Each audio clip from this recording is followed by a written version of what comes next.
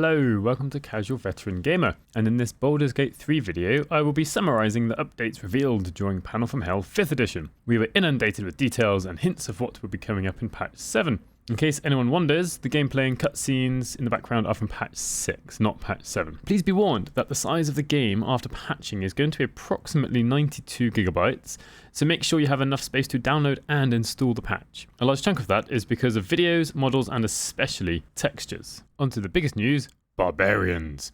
Barbarians are defined by one thing, their rage, which the player's handbook describes as unbridled, unquenchable, and unthinking fury.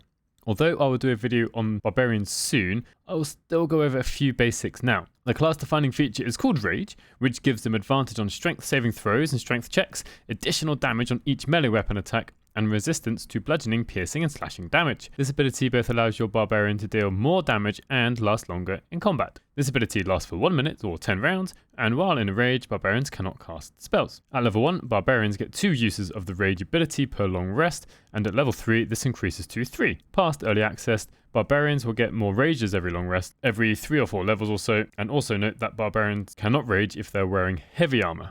On the subject of armor, Barbarians have a fairly unique way of calculating armor class called unarmored defense. This states that while your Barbarian is not wearing armor, its AC is calculated as 10 plus its dexterity modifier plus their constitution modifier, and you can also wear a shield while using this. You don't have to use this as Barbarians are proficient in light and medium armor and shields, so it is more than feasible to wear Githyanki halfplate just as clerics, fighters, and rangers do. Aside from raging, Barbarians are known for their reckless attack ability, which gives you advantage on all weapon attack rolls that use strength for your turn, but also gives enemies advantage against you for 1 turn. This might sound bad at first, but consider that while raging, you'll take half damage from weapon attacks and any spells that deal bludgeoning, piercing, or slashing damage, and also Barbarians have the highest number of hit points before spells are taken into consideration. At level 3, Barbarians get access to their subclass choice, known as their Primal Path. The choices are Berserker or Wildheart. I'll leave the details of those for a future video. In summation, Barbarians are made for charging into melee mindlessly to both deal and soak up damage.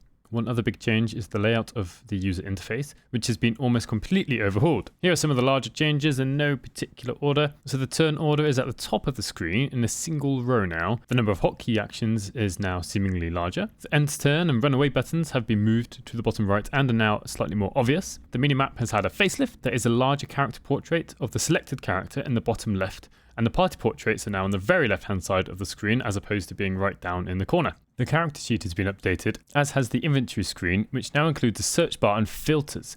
The general layout of the character sheets and inventory is now easier to read and navigate. The tooltips have been updated to separate the mechanics of the item from the lore, as well as more information about how much damage will be done. I personally think that all of these things make for a better layout that allows more options on the screen at once and allows more screen space for the rest of the game.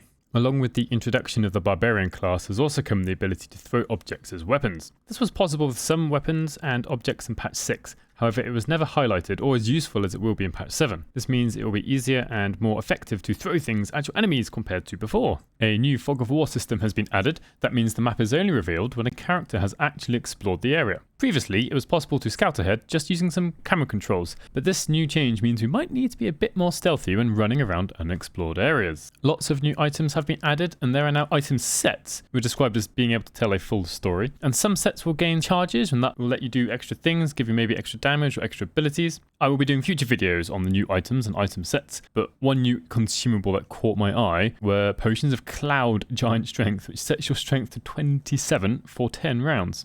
We were told that 700 cinematics have been updated for this patch, and lots of those will now include custom animations for cutscenes rather than just using the stock animations. As well as the new cinematics, there is new music, and we were told there is new camp music and a new orchestral suite in the character creation screen. It was also mentioned that the narration has been updated as well. Dark vision and lighting have been changed, so it is now more obvious which characters have dark vision, and characters that do have dark vision now look like they emit some light while they are in darkness. At the end of the Panel from Hell livestream, Sven did say that they think they'll take at least 1 more year to finish the game, so it's very unlikely we'll get a 2022 release. So let me know how you feel about the incoming updates, what your favourite announcement is, and if any of the updates displeases you. Please note that the video only covers documented changes, and in every previous patch there have been unannounced changes. If you made it this far, please consider subscribing. Thank you very much for watching, and hopefully I'll see you in the next one.